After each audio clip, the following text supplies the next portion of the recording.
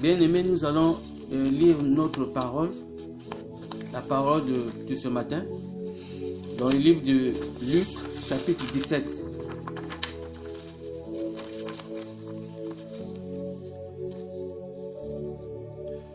Luc, chapitre 17, à partir du verset 11 jusqu'au verset 19.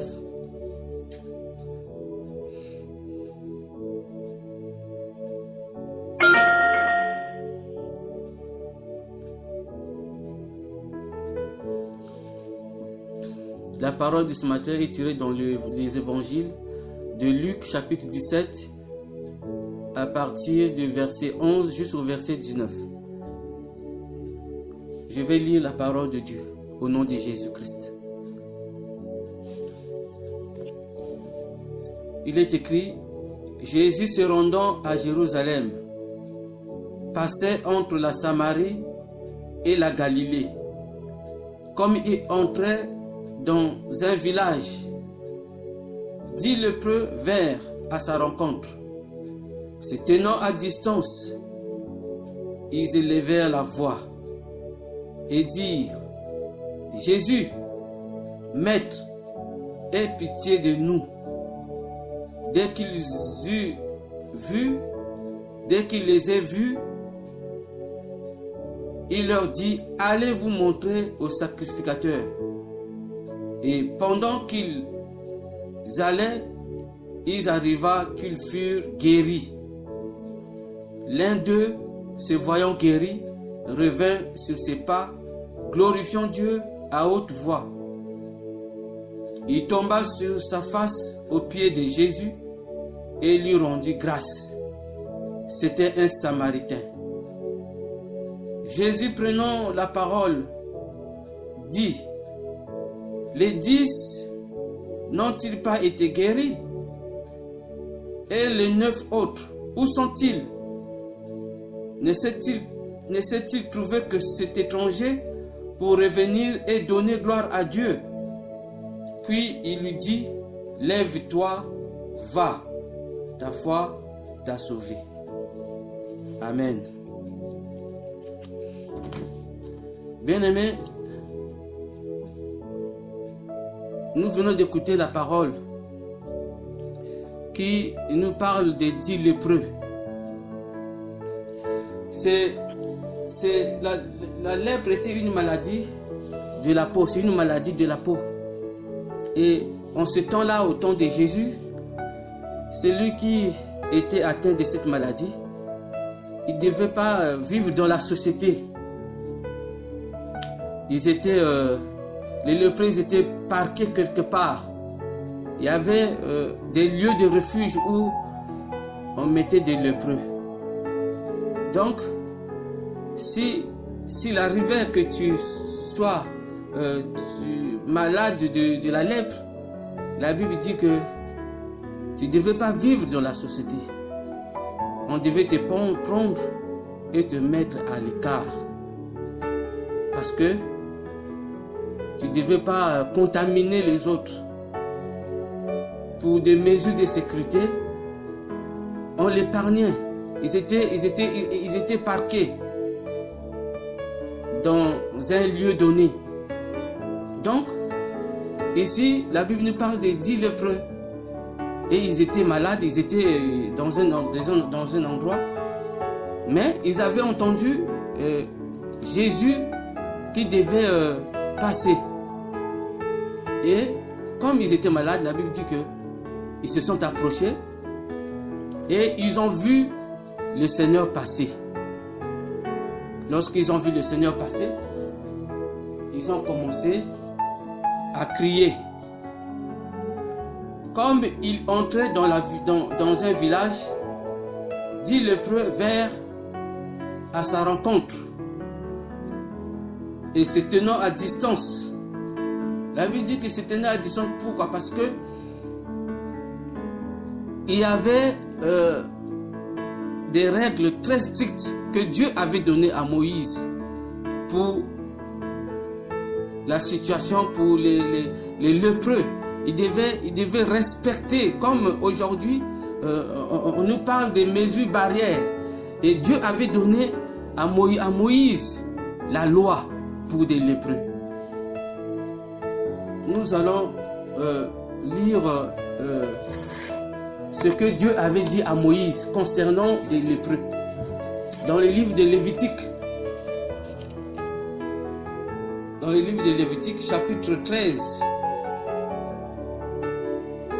à partir du verset 1 jusqu'au verset 5. L'Éternel parla à Moïse et à Aaron en ces termes. Si une boursouflure, une dartre ou une tache sur la peau de quelqu'un devient une plaie qui fait suspecter une maladie de peau évolutive du genre lèpre, on le présentera au prêtre Aaron ou à l'un de ses descendants. Celui-ci examinera cette affection de la peau. Si en l'endroit malade, les poils sont devenus blancs et si la plaie forme une dépression dans la peau, c'est bien un cas de maladie de la peau évolutive. Sur la base de l'examen, le prêtre déclarera cette personne impure. Mais si la tache blanche ne forme pas de dépression visible de la peau et si le poil n'est pas devenu blanc, le prêtre isolera le sujet pendant 7 jours. Le 7e jour, il l'examinera. S'il constate que le mal est resté stationnaire sans s'étendre sur la peau, il isolera le malade une deuxième semaine. Voilà, donc c'est en fait comme ce que nous sommes en train de vivre aujourd'hui, hein, le confinement, le reconfinement. Donc Dieu avait donné des règles, hein, des mesures pour des lépreux. Et quand les lépreux ont vu Jésus, ils ont crié. Ils ont crié, se tenant à distance. Ils élevèrent la voix et dirent, Jésus, Maître, aie pitié de nous. Et la Bible dit que dès qu'il les a vus, il leur dit, allez vous montrer au sacrificateur. Allez vous montrer au sacrificateur. Donc, c'était le sacrificateur qui devait examiner les malades. Celui qui devait déclarer si la personne était atteinte de la lèpre. Et c'est lui qui devait aussi donner autorisation à celui qui était guéri de rejoindre la société. Parce qu'il était exclu, le lépreux était exclu, ne pouvait pas vivre comme tout le monde, n'avait pas droit de participer au culte, il n'avait pas droit de faire tout ce que les hommes faisaient en ce temps-là, parce qu'il était devenu impur. Voilà pourquoi Dieu avait donné les lois à Moïse concernant les lépreux. Mais ici, les lépreux, ils voulaient voir Jésus. Ils avaient entendu parler de Jésus. Et dès qu'ils ont vu Jésus, ils ont crié, Maître, aie pitié de nous.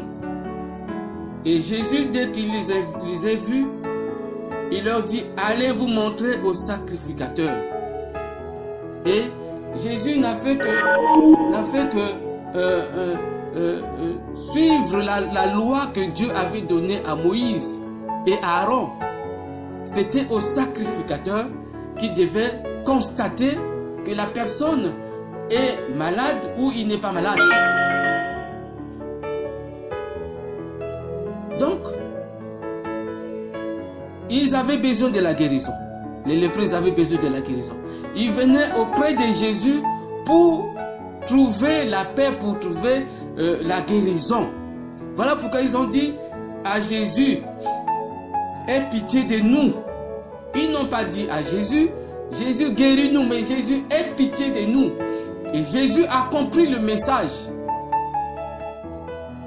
Il a dit, il les a répondu, allez vous faire voir auprès du sacrificateur. Pourquoi Jésus a dit, allez vous faire examiner auprès du sacrificateur? Parce que c'était le sacrificateur qui pouvait décider si ton état était admissible à regagner la société, à regagner la ville, à regagner le village. Et Jésus a dit allez, mais il ne l'a pas dit que j'ai prié pour vous pour être guéri. Il n'a pas dit cela. Il a dit seulement allez-y voir le sacrificateur. Et les 10 lépreux, ils n'ont pas résisté, ils n'ont pas douté de la parole de Jésus. Ils ont accepté simplement d'aller vers les sacrificateurs. Et lorsqu'ils se sont mis en route pour aller vers les sacrificateurs, la Bible dit que en cours de route, ils se sont regardés et ils ont vu qu'ils étaient guéris. Alléluia. Bien-aimés, la Bible dit que Jésus est Dieu. La Bible dit aussi que Pierre, par la parole de Jésus, Pierre qui avait péché toute la nuit, il n'avait pas trouvé de poissons. Mais sur la parole de Jésus, lorsque Pierre avait jeté le filet, il avait trouvé les poissons. Sur la parole de Jésus, nous avons tout ce que nous avons besoin, bien-aimés. Si tu as besoin de la guérison, la parole de Dieu va te sauver. La parole de Dieu va te délivrer. La parole de Dieu est l'épée à double tranchant. La Bible dit la parole de Dieu est vivante, plus tranchante qu'une épée quelconque à 2 tranchants, pénétrante jusqu'à partager l'âme et l'esprit, jointure et moelle. Donc la parole de Dieu est efficace. La Bible dit la parole de Dieu est efficace. La parole de Dieu est capable de changer ta vie, de changer ta situation. Jésus est la parole, la Bible dit. Je suis le chemin et la vérité. Si quelqu'un me suit, ne marchera pas dans les ténèbres, mais il aura la lumière de la vie. Si tu écoutes la parole de Dieu, si tu écoutes la parole du Seigneur, tu auras du succès. Dieu, l'Éternel, avait dit à Josué que ce livre de la loi ne s'éloigne point de ta bouche. Médite-le jour et nuit afin que tu réussisses, afin que tu aies du succès.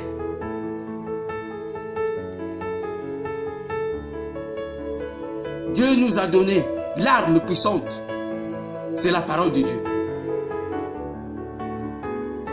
Jésus a vaincu Satan lorsqu'il est sorti, lorsqu'il était tenté, rempli du Saint-Esprit. La Bible dit, il fut tenté par Satan. Mais la Bible dit que Jésus a vaincu Satan par la parole. Par la parole. Donc, si nous avons la parole de Dieu, nous avons le succès, nous avons la réussite, nous avons la bénédiction, nous avons tout ce que nous avons besoin. Et Jésus a prononcé la parole, il a dit, allez vous montrer au sacrificateur. C'était la guérison qu'il leur avait déjà communiquée par sa parole. Ils avaient reçu la guérison en écoutant la parole du Seigneur. Jésus ne les avait pas rejetés en leur disant, oui, vous êtes des lépreux, vous n'avez pas le droit de m'approcher. Jésus a répondu, il a dit, allez vous faire montrer auprès des sacrificateurs. Et tous, ils ont pris, sans douter, chacun a pris la direction vers les sacrificateurs. Et pendant la route, Dieu a commencé à manifester sa gloire. Ils avaient reçu une guérison, pas instantanée sur le champ, mais une guérison, peut-être nous pouvons dire lente. Ils avaient déjà la sémence de la guérison en eux, mais pendant qu'ils marchaient, la guérison s'opérait en eux. Dieu agissait, Dieu commençait à changer leur situation. Et après, ils ont remarqué qu'ils étaient guéris. Alléluia. Bien-aimés, garde la parole de Dieu. Dieu, c'est la parole. Garde la parole de Dieu. Mets en pratique la parole de Dieu. Si tu mets en pratique la parole de Dieu, la présence de Dieu t'habitera. Le Saint-Esprit demeurera en toi. Garde la parole, bien-aimé. Tous ceux qui ont marché avec Jésus, ceux qui ont vu la gloire de Dieu, ils ont gardé la parole de Dieu. Ils ont respecté la parole. Si tu ne respectes pas la parole de Dieu, tu changeras des églises. Tu vas changer cette église. Tu vas aller dans une autre église. Tu continueras à changer des églises. Parce que Dieu sera loin de toi. Parce que tu n'as pas la parole de Dieu. Si tu as la parole de Dieu, c'est la présence de Dieu que tu véhicules, qui est en toi. C'est le Saint-Esprit qui est en toi. Tu marches avec la présence de Dieu, tu marches avec le Saint-Esprit. Donc, ils ont honoré. Ils ont honoré Jésus. Ils ont honoré sa parole. Et Dieu, par la suite, les a bénis.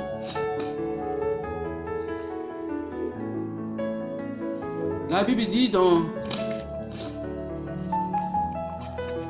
Psaume 145, verset 18, l'Éternel est près de tous ceux qui l'invoquent, avec sincérité. Il est près de tous ceux qui l'invoquent. L'Éternel est près de tous ceux qui l'invoquent. Et de tous ceux qui l'invoquent avec sincérité. Avec sincérité, bien-aimé. Si tu es sincère avec Dieu, si tu marches dans la vérité,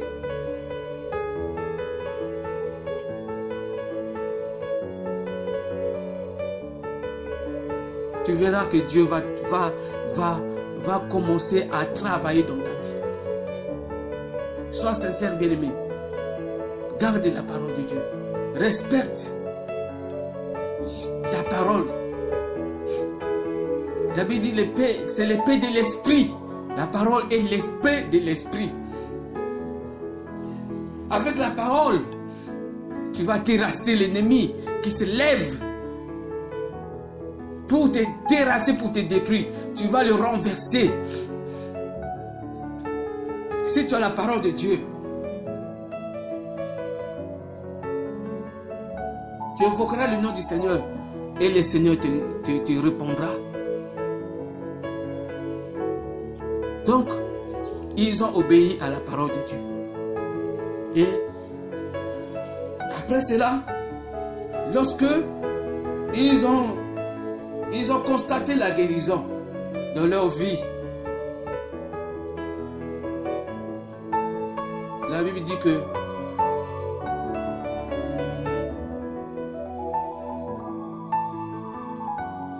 le Samaritain, il a pris la résolution de revenir auprès de Jésus. Il a dit, oui, maintenant que je suis guéri, maintenant que j'ai eu ce que je voulais, je ne veux pas continuer. Je ne veux pas continuer ma route là où je vais pour aller voir le sacrificateur. Mais moi, je vais faire demi-tour. Je vais aller vers celui qui m'a envoyé vers le sacrificateur.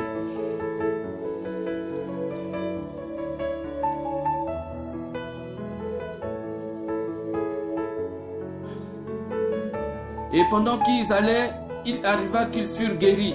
L'un d'eux, se voyant guéri, revint sur ses pas, glorifiant Dieu à haute voix. Et il commençait à glorifier Dieu. Il commençait à glorifier Dieu pour le bienfait de notre Dieu. Il commençait à glorifier Dieu pour tout ce qu'il a fait. Bien-aimés, Dieu nous a fait des grandes choses. Dieu nous a fait il a accompli de grandes choses dans nos vies. Dieu nous a bénis cette année. Dieu t'a gardé, Dieu t'a protégé. Avec tout ce qui s'est passé, avec le Covid, Dieu t'a gardé. Dieu a veillé sur toi. Dieu a marché avec toi. Il t'a protégé. La Bible dit que quand le Samaritain a constaté, l'un d'eux c'était le Samaritain. Le Samaritain c'était l'étranger. Il était étranger. Il n'était pas juif. La Bible dit que le salut était pour les juifs. Mais comme il était malade, il était lépreux. Il était dans l'isolement, dans le confinement avec les juifs. Mais avec la main de Dieu, avec la parole de Jésus, il a trouvé la guérison. Il a dit, je fais demi-tour. Et c'est lui qui vient. Se voyant guéri, revint sur ses pas, glorifiant Dieu à haute voix. Il commença à glorifier Dieu à haute voix. Donc, nous devons glorifier Dieu pour les bienfaits que Dieu a fait. Pour les bienfaits que Dieu nous a fait. Et la Bible dit, il tomba sur sa face aux pieds de Jésus et lui rendit grâce. C'était un Samaritain. Alléluia. La Bible dit que Jésus, prenant la parole, dit, les 10 n'ont-ils pas été guéris? Et les 9 autres, où sont-ils?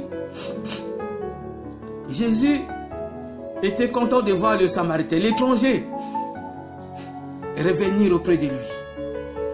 Glorifiant Dieu. Il est même venu tomber sur ses pieds et commençant à rendre grâce à Dieu. Alléluia. Alléluia. Et Jésus a dit, Jésus était vraiment étonné il était content de voir cet homme revenir auprès de lui. Et il a dit, où sont les autres? Où sont les 9?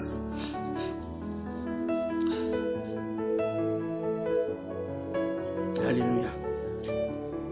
Nous devons, bien aimer, apprendre à être reconnaissants.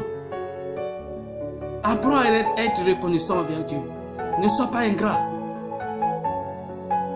Dieu a fait des merveilles. Dieu a fait des grandes choses dans ta vie. N'oublie jamais Dieu, bien-aimé. Il ne faut pas oublier Dieu. Le souffle que tu as aujourd'hui, c'est grâce à Dieu que tu respires. Grâce à Dieu que tu es là et tu entends cette parole. C'est grâce à Dieu. Moi, je suis allé à Brazzaville, au Congo. Je suis revenu. Mais à mon retour,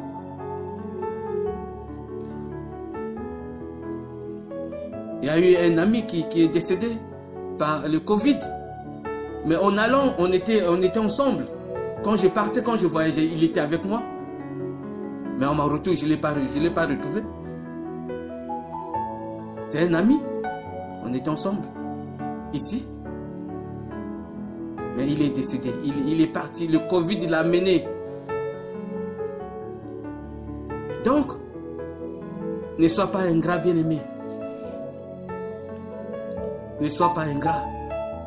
Dieu est vivant. Dieu t'a gardé. Il a gardé ta famille. Rends grâce à Dieu. Voilà pourquoi tu dois penser à faire une action de grâce pour notre Dieu. Pense à faire une action de grâce. Si c'était l'hôpital qui devait te taxer pour la vie que tu as aujourd'hui, tu devais être prêt à débourser quelque chose. Mais ne sois pas ingrat envers Dieu. Prépare une action de grâce. Il nous reste 4 jours pour terminer cette année. Bien-aimé.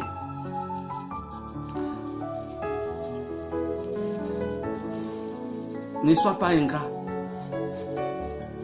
Mais avec la grâce de Dieu, nous savons que nous allons passer cette année 2020. Nous allons tous entrer dans l'année nouvelle 2021. Et Dieu a prévu de grandes choses pour toi. Dieu a un plan merveilleux pour toi. La Bible dit que les plans de Dieu, ce sont que des plans de meilleurs plans.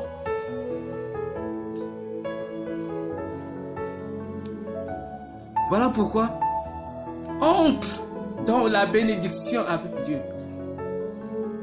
Ne sois pas ingrat. Comme les 9 lépreux, ils étaient ingrats. Ils n'ont pas reconnu celui qui leur a donné la guérison. Ils sont partis pour toujours. Mais le Samaritain est revenu vers le Jésus pour lui rendre grâce, pour remercier Dieu. Il s'est souvenu. La Bible dit que l'un d'eux, se voyant guéri, revint sur ses pas. Il dit, je veux plus continuer. Je ne continue pas le chemin. Je veux faire demi-tour. Je dois repartir vers ce monsieur, vers Jésus. Et il avait raison, bien-aimé. Jésus t'a béni cette année 2020. Mais tu oublies, tu fais semblant d'oublier. Tu sais que c'est la main de Dieu qui t'a protégé. Tu sais que tu es guéri par la main de Dieu. Tu sais que le travail que tu as, c'est la main de Dieu. Tu sais que les enfants que tu as, c'est la main de Dieu. La famille qui est autour de toi, c'est la main de Dieu. C'est grâce à Dieu que tu as cette famille. Le mari que tu as, c'est grâce à Dieu. La femme que tu as, c'est grâce à Dieu. Les enfants que tu as, c'est grâce à Dieu. Ne sois pas ingrat, bien-aimé. Ne sois pas ingrat.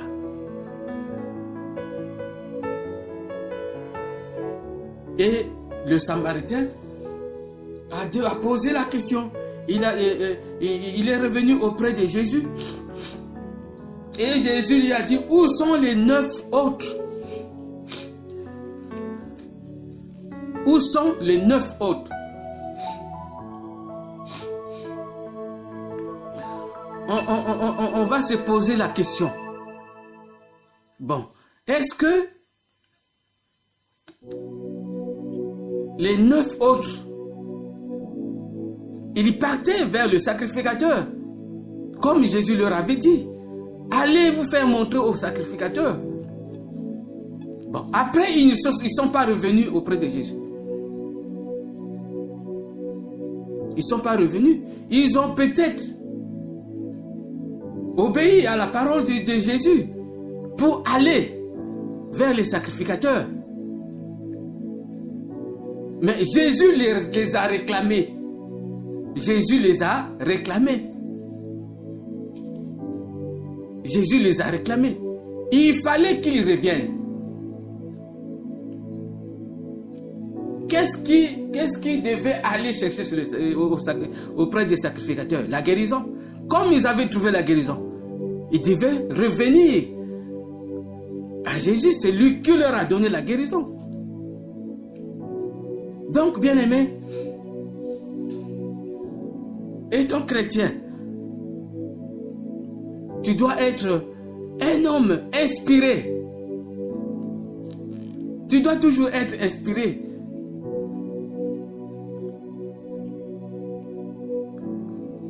Dans la vie chrétienne, il y a des choses qu'on ne peut pas vous demander de faire. Mais l'Esprit te dit de faire telle ou telle chose.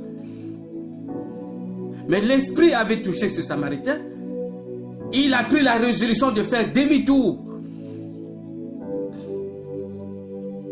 Un chrétien doit être inspiré, doit être conduit par l'Esprit de Dieu. Un chrétien doit être conduit par le Saint-Esprit. Voilà pourquoi Jésus avait exigé aux apôtres de ne pas quitter Jérusalem jusqu'à ce que le Consolateur vienne. Ils devaient être dotés du Saint-Esprit. La vie chrétienne sans le Saint-Esprit égale 0.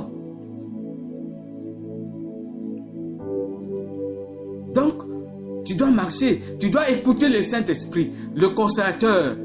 Quand l'Esprit viendra, le Consolateur viendra, il vous enseignera sur toutes choses. Sur toutes choses. Le Saint-Esprit nous enseignera sur toutes choses. Même aux choses que tu n'avais jamais entendues. Mais l'Esprit te dira, fais telle chose. Répare. Va rendre grâce à Dieu. Mais si tu n'as pas le Saint-Esprit, tu n'es pas un chrétien. Celui qui n'a pas le Saint-Esprit ne peut pas être appelé enfant de Dieu. La Bible le dit. Celui qui n'a pas le Saint-Esprit ne peut pas être enfant de Dieu. Il n'est pas agréable à Dieu. Voilà pourquoi le 9, ils n'étaient pas agréables à Jésus. Tu vois? Vous voyez? Parce qu'ils n'étaient pas inspirés. Ils n'avaient pas compris. Donc, il faut que nous soyons inspirés. Si tu es chrétien, tu n'as pas le Saint-Esprit, les gens vont te tendre des pièges. Tu tomberas dans leurs pièges, tu tomberas dans les pièges à tout moment. Tu vas trébucher parce que tu marches par la vue. Tu marches par la vue et non par l'Esprit. Tu vas tomber à tout moment. Mais quand tu marches avec le Saint-Esprit, quand tu es en communion avec le Saint-Esprit, les gens vont te tendre 1000 pièges. Tu ne tomberas dans aucune piège. Tu ne tomberas jamais, bien-aimé. Tu ne tomberas jamais parce que l'Esprit va te dire, l'Esprit va te réveiller. Lève-toi la nuit, commence à intercéder, commence à prier. L'Esprit va te pousser à faire telle ou telle chose. Parce que tu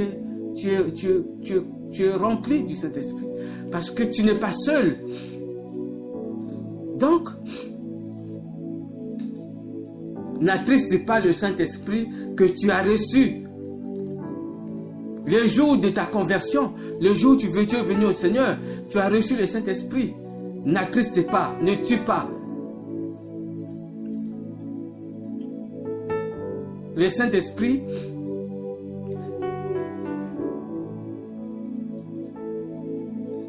est éteint en nous lorsque nous ne marchons pas selon la parole de Dieu. Par la suite, le Saint-Esprit va s'éteindre. Quand l'Esprit te dit fais telle chose, tu ne fais pas. Il finira par s'éteindre en toi. S'attrister d'abord et puis il finira par s'éteindre. Quand tu marches dans le péché tous les jours, l'Esprit te dit n'entre pas dans tel endroit. Toi tu rentres tous les jours, tu rentres. L'Esprit va te quitter. Et tu seras un chrétien mécanique. Un chrétien mécanique qui marche par la vue. Mais celui qui a l'Esprit, il est conduit par l'Esprit. Et quand on lui dit va dans tel endroit, En cours de chemin, l'Esprit peut lui parler. Fais demi-tour, comme le Samaritain. Il a fait demi-tour, il est revenu.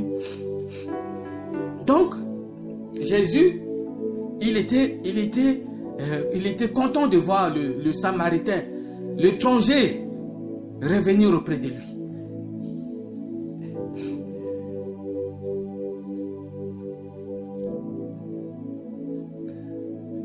Pour revenir et donner gloire à Dieu. Puis Jésus lui dit, lève-toi, lève-toi. Puisqu'il était à genoux, il était en train de le glorifier, il était en train de glorifier Dieu. Il dit, lève-toi, va, ta foi t'a sauvé. Il dit, lève-toi, maintenant c'est bon pour toi, ta foi t'a sauvé. Alléluia. Il fallait que ce Samaritain revienne vers Jésus, parce que Jésus c'est le souverain sacrificateur.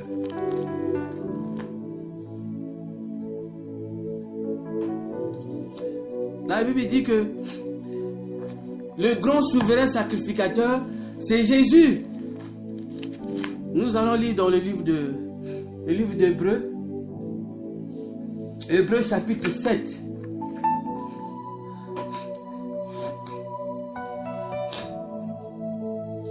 Hébreux chapitre 7, à partir du verset 19 jusqu'au verset 28.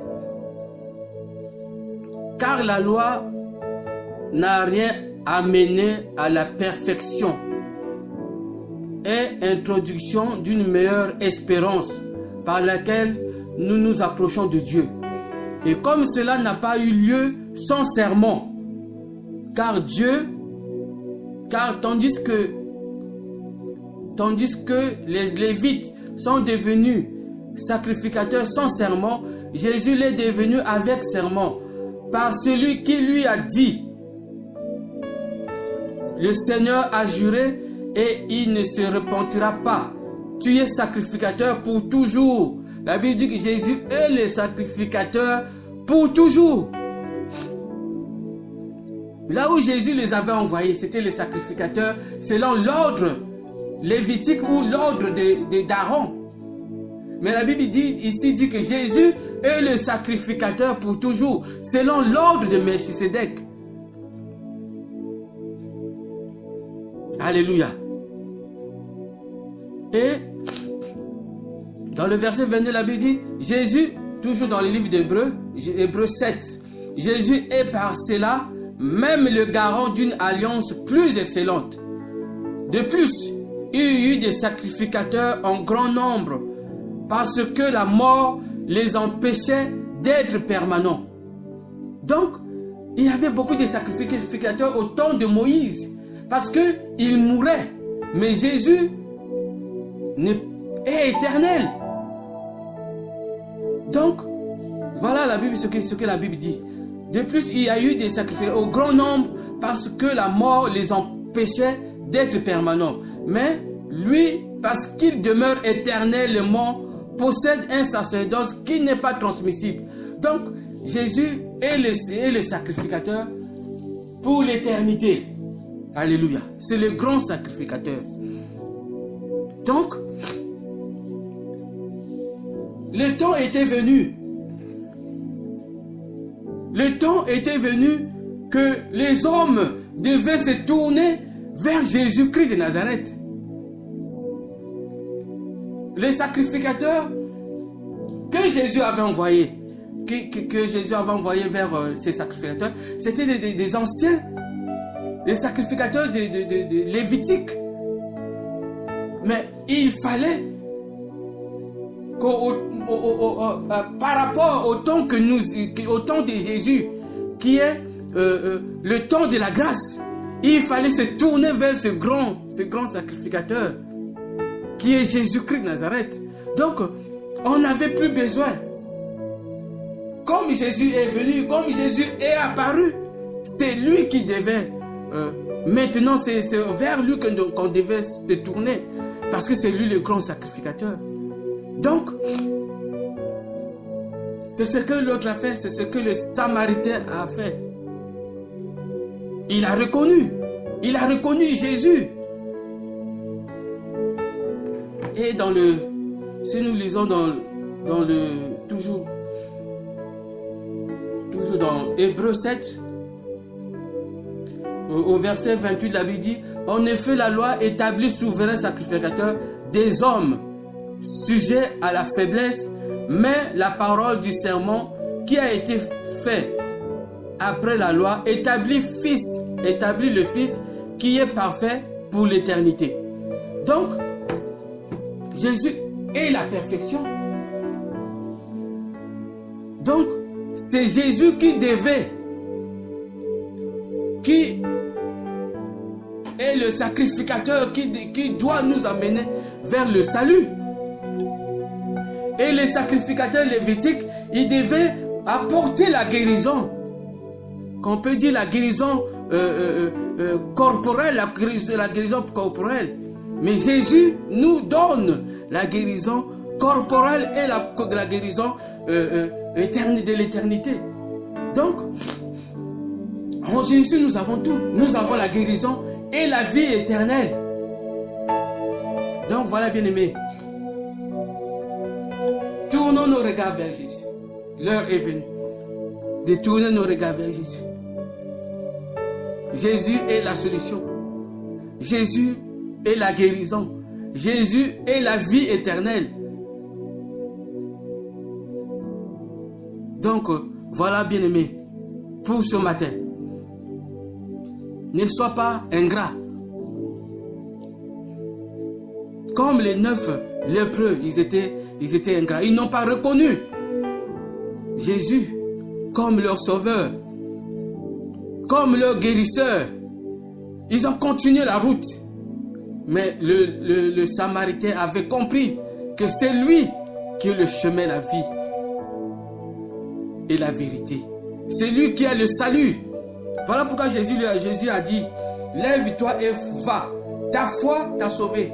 La foi de cet homme l'a sauvé. Il est sauvé. Il est sauvé. Quand Jésus dit il est sauvé, c'est la vie, c'est le salut éternel. Il parle du salut éternel. Il est sauvé. Là, il ne s'agissait plus de la guérison corporelle, c'était la guérison de l'âme. Jésus a dit, va. Et ta foi t'a sauvé. Donc, bien-aimés, soyons reconnaissants pour tous les bienfaits de Jésus, pour tous les bienfaits que Dieu nous a accordés cette année et les années antérieures. Et Dieu, il a des plans de bonheur pour toi, pour l'année 2021. Voilà pourquoi, de la même façon, il t'a gardé maintenant, il continuera à te garder. La Bible dit qu'il est avec nous tous les jours de notre vie, jusqu'à la fin de nos jours. Ce qu'il a fait maintenant, il le fera encore. Et les plus grandes. Donc voilà, bien-aimé, pour ce matin. Ce message qui t'a été destiné ce matin, que Dieu avait préparé, que Dieu a préparé ce matin pour toi. Donc, soyons ceux qui ne rejettent pas la parole de Dieu. Soyons comme ce Samaritain qui avait reconnu Jésus-Christ de Nazareth. Ce Samaritain, c'est aussi le symbole de tous ceux, les non-juifs qui devaient croire en Jésus. Ils devaient avoir le salut. Peu importe, juifs ou non-juifs, Jésus donne le salut à ceux qui croiraient seulement en lui. La Bible disait, Israël est le peuple de Dieu. Mais avec Jésus, nous avons la vie, nous avons le salut. Au nom de Jésus de Nazareth. Merci Seigneur Jésus. Alléluia.